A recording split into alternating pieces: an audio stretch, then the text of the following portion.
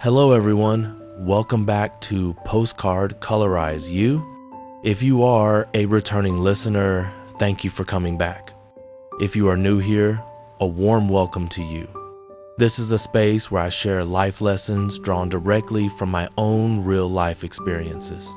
Just a quick note, I release new episodes every Wednesday and Friday evening, so make sure you are subscribed so you don't miss out.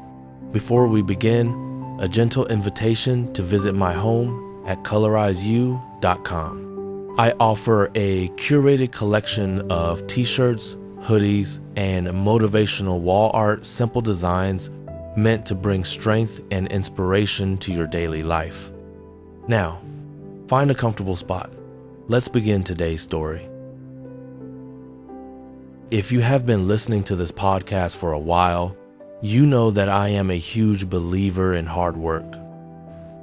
I value persistence, grit, and the refusal to give up.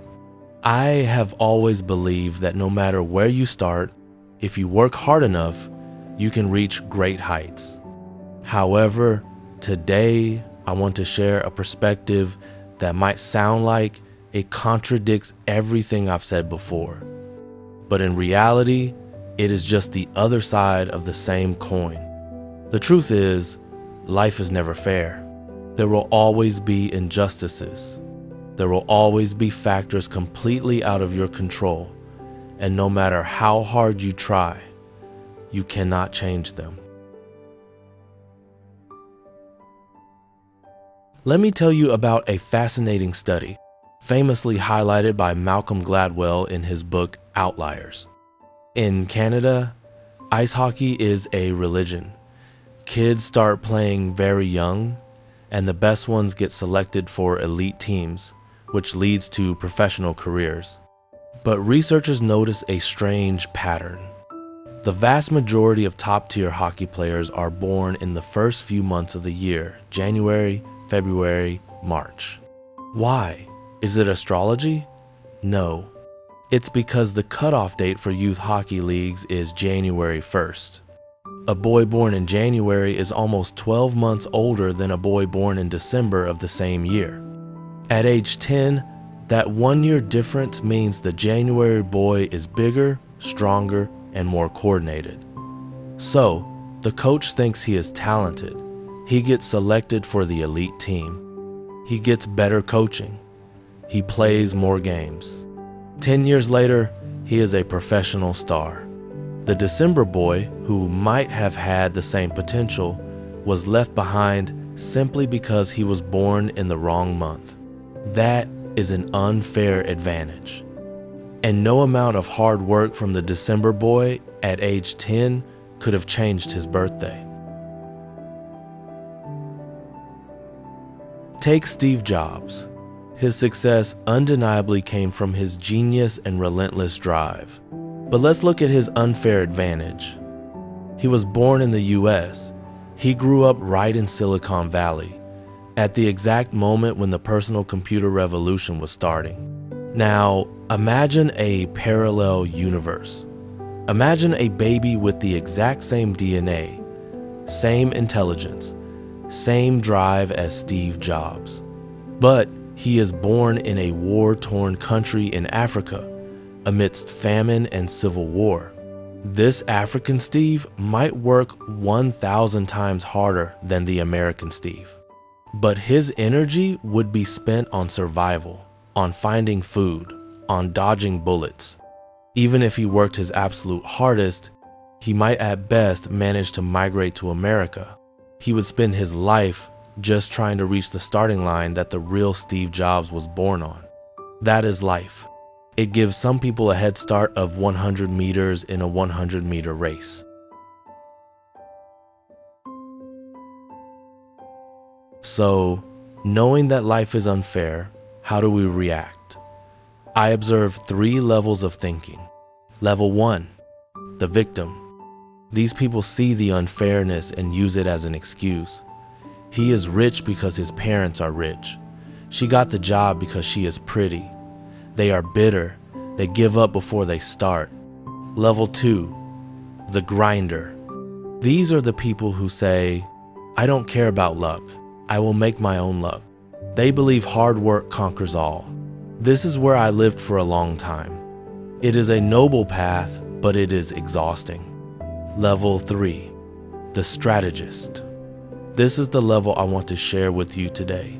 This is when you accept that life is unfair, and instead of complaining, you ask, what is my unfair advantage? Here is the secret. Unfair advantages are not just money or beauty. Everyone, literally everyone, possesses some form of unfair advantage. The problem is we try to play games where the rules favor other people's advantages, instead of designing a game that favors ours. Let me give you a personal example. I am an immigrant living in a Western country. If I try to compete in a field like traditional marketing targeting local customers, I am playing a losing game. I would be competing against locals who were born here, who speak the slang, who grew up watching the same cartoons, who understand the cultural nuances of a football game. To beat a local at being a local, I would have to work 10 times harder just to be average. That is playing to my weakness against their strength. But what if I change the game? Instead of trying to be more local than the locals, I look at what I have that they don't. I understand the Western market, but I also deeply understand the Asian market. I speak both languages. I know how business is done in both worlds. So, if I work for a Western company that wants to invest in Asia, suddenly I am a unicorn. The locals don't understand Asia. The Asians don't understand the West. I am the bridge. In this specific game, I have the unfair advantage. No matter how hard a local marketer studies, they cannot replicate my decades of lived experience in two cultures. I stopped competing in their game and started playing mine. The tragedy is that society pushes us into standard paths. Take a kid who is terrible at logic and coding, but has an amazing palate and talent for cooking. Society tells him, coding is the future. Be a programmer. So he becomes a mediocre programmer. He struggles every day, competing against people whose brains are wired for code. He feels like a failure. Meanwhile, his unfair advantage, his culinary genius, is wasted. If he had become a chef, he might have been extraordinary. He would have been playing a game where he held the aces, or take someone who isn't considered traditionally beautiful by modeling standards. Instead of trying to be a model and feeling ugly, maybe they have an incredible voice. In the world of podcasting or radio, their face doesn't matter, but their voice is their superpower.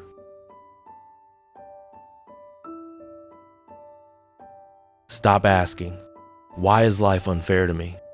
Start asking, how is life unfair for me? Audit yourself. What do you have? Is it a unique background? A weird combination of skills? A specific physical trait? A network in a niche industry? Don't try to fix your weaknesses to be like everyone else. Double down on your weirdness. Turn your unique circumstances into your weapon. When you play a game designed around your unfair advantages, work doesn't feel like struggle. It feels like flow, and winning becomes natural. That brings us to the end of episode 8 of Postcard Colorizeyou. I would love to hear your thoughts. What is your unfair advantage? Let me know in the comments below. As always, the algorithm favors engagement. So, a simple like on this video will help us reach more wandering souls out there who might need to hear this message. Thank you for listening. Wishing you a peaceful evening. Goodbye for now.